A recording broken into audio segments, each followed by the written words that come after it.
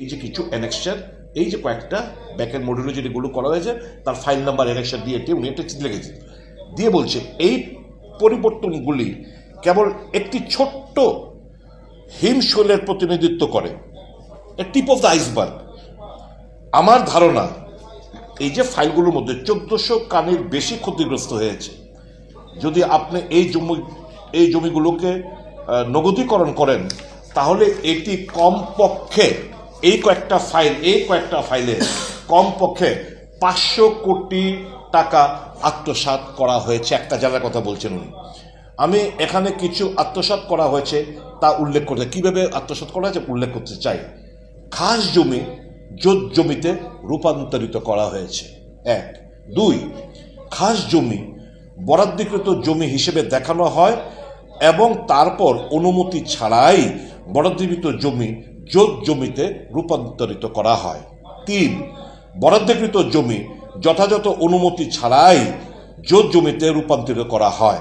4, চা বাগানের যে জমিতে বিক্রয়ের অনুমতি নিষিদ্ধ তা জোত জমিতে রূপান্তরিত করা হয় এবং তারপর অনেক জমির মালিকের কাছে টুকরো টুকরো করে বিক্রি করা হয়। 5, অনুমতি ছাড়াই জমি হস্তান্তর করা হয়। পৌরসভার অনেক পুকুর জমি ব্যাক এন্ড পরিবর্তনের মাধ্যমে বাস্তুতে রূপান্তরিত করা হয়। 6, যথাযথ প্রক্রিয়া অনুসরণ না করেই অনুমোদিত দখলদারকে 16 নম্বর কলম থেকে সরিয়ে দেওয়া হয়। 7, অনুমতি প্রাপ্ত দখলদারকে 16 নম্বর কলমে রাখা হয়েছিল, যার ফলে জমির মালিক কম দামে জমি বিক্রি করতে বাধ্য হন। 8, শত্রু সম্পত্তির জমি স্বাধীনতার পরে পূর্ব পাকিস্তানে চলে যাওয়া ব্যক্তি ব্র্যাকেটে তৃতীয় পক্ষের নামে জোত জমিতে রূপান্তরিত করা হয়। 9, মৃত ব্যক্তির জমি তৃতীয় পক্ষের কাছে বিক্রি করা হয়। এইভাবে জমি বাণিজ্য চলছে ল্যান্ড মাফিয়ার দ্বারা এবং in connivance with director land record settlement.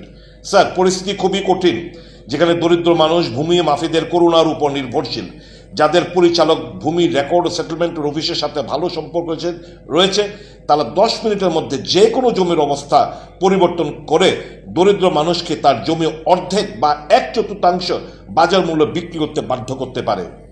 আমার চিঠি কি, যে চিঠি ওনার কাছে গেছিল সেটা আমি আবার পাঠালাম। আমি হাউসের বিধানসভা সিবিআই করে বলেছি, এখনো দাবি করছি। এটা আমার অভিযোগ না, এটা একজন ডিস্ট্রিক্ট ম্যাজিস্ট্রেটের অভিযোগ। আমি এই কপিটা আমি এসএনের মধ্যে ওয়াচের ওয়ার্ডকে দুনিয়াকে পাঠিয়ে দিয়েছি, আপনাদেরকে সবাইকে সাক্ষী রেখে। তা মুখ্যমন্ত্রী এখন এই চিঠিটা পড়ার পর খাবার এটা বলে লোক দেখানো পড়বে, এটা জানে উনি অলরেডি ওনার কাছে চিঠি গেছে। এখন দেখার বিষয় মুখ্যমন্ত্রী কি করে।